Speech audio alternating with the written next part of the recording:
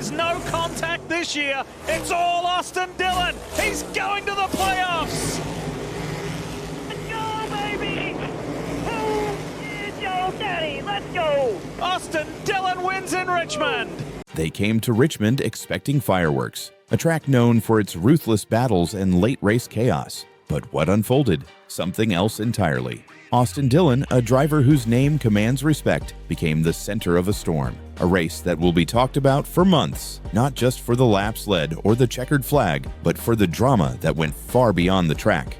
Richmond Raceway, a 0.75-mile bullring, has always been a place where grit meets strategy, where seconds stretch like hours and tempers flare as cars scrape for every inch of asphalt. It's a place where legends are born and where reputations can be shattered in the blink of an eye. And on this night, Austin Dillon was both the hero and the lightning rod. From the moment the green flag waved, the tension was palpable. Dillon's car, number 3, looked sharp, aggressive, and ready to hunt. But so did the competition. The field was stacked with hungry drivers, veterans and rookies alike, all craving that Richmond victory. Dillon's early laps were clinical. He carved through traffic with precision, making bold moves that reminded fans why he's considered one of NASCAR's toughest competitors. But then came the crash. A sudden heart-stopping moment that split the race and sent shockwaves through the garage. Dillon found himself tangled with several others in a brutal multi-car wreck that instantly ignited controversy. Who was at fault? Was it reckless driving, bad luck, or just the brutal reality of Richmond racing?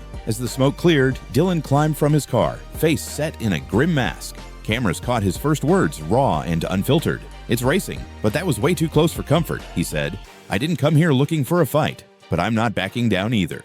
Those words weren't just a deflection, they were a challenge. Fans and analysts erupted. Social media lit up with heated debates. Was Dillon playing the victim or the aggressor? Drivers weighed in too. Some praised his grit, others called out what they saw as reckless behavior. And through it all, Dillon stayed steady, refusing to back away from the spotlight or the fallout. But this wasn't just about one crash or one race. It was a microcosm of a larger battle playing out across NASCAR, a sport balancing tradition and change, passion and politics, risk and regulation.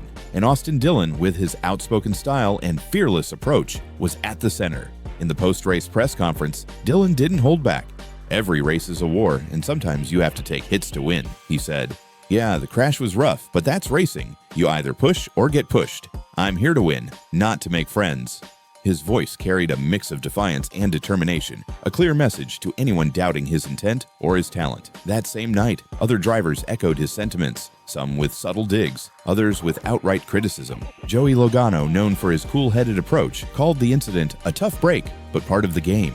Meanwhile, Kyle Larson was more direct. "You've got to respect the space on a track like Richmond. Sometimes lines get crossed, and it's on the driver to know where that line is." Larson's comments weren't just about Dillon. They were a reminder of the razor-thin margin between racing hard and racing too hard.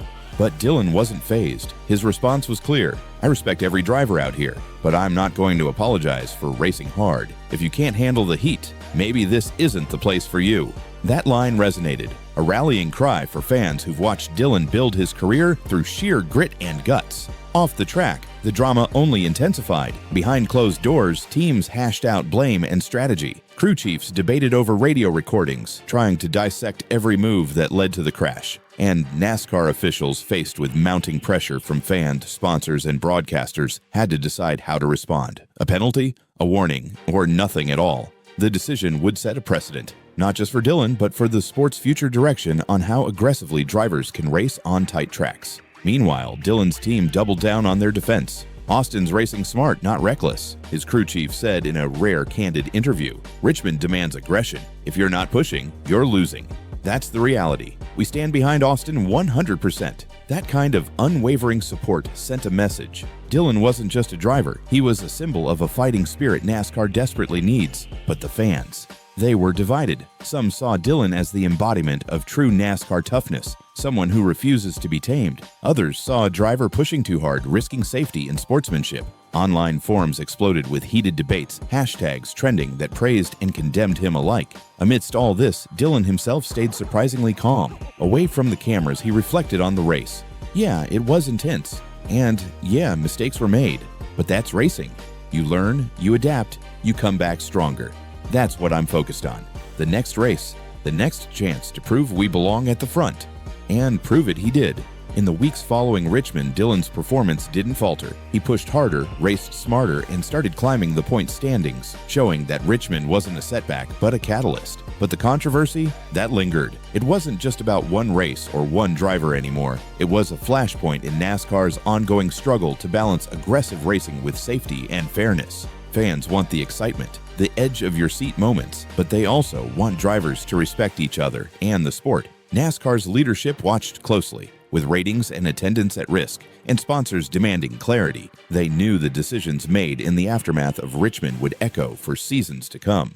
Drivers started speaking out more openly about the pressures they face. "You're expected to be tough, but not reckless," said one veteran who asked not to be named. "It's a fine line, and sometimes it feels like the rules change every week." Others talked about the mental toll. "You're racing not just against other cars, but against fear. Fear of wrecks, fear of penalties, fear of losing your job," a young up-and-comer said. Richmond showed that more than anything.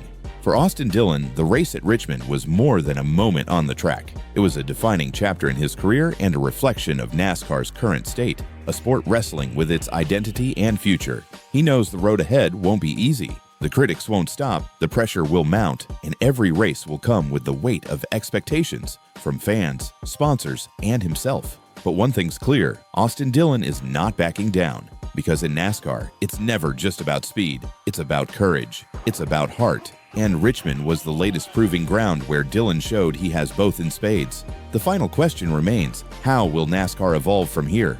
Will they embrace the raw, unfiltered intensity that drivers like Dillon bring? Or will they clamp down, trying to tame a sport that lives on chaos and risk? Only time will tell. But one thing's certain, the Richmond race, and Austin Dillon's role in it, will be remembered as a turning point, a moment when the sport's future was questioned, challenged, and maybe, just maybe, rewritten.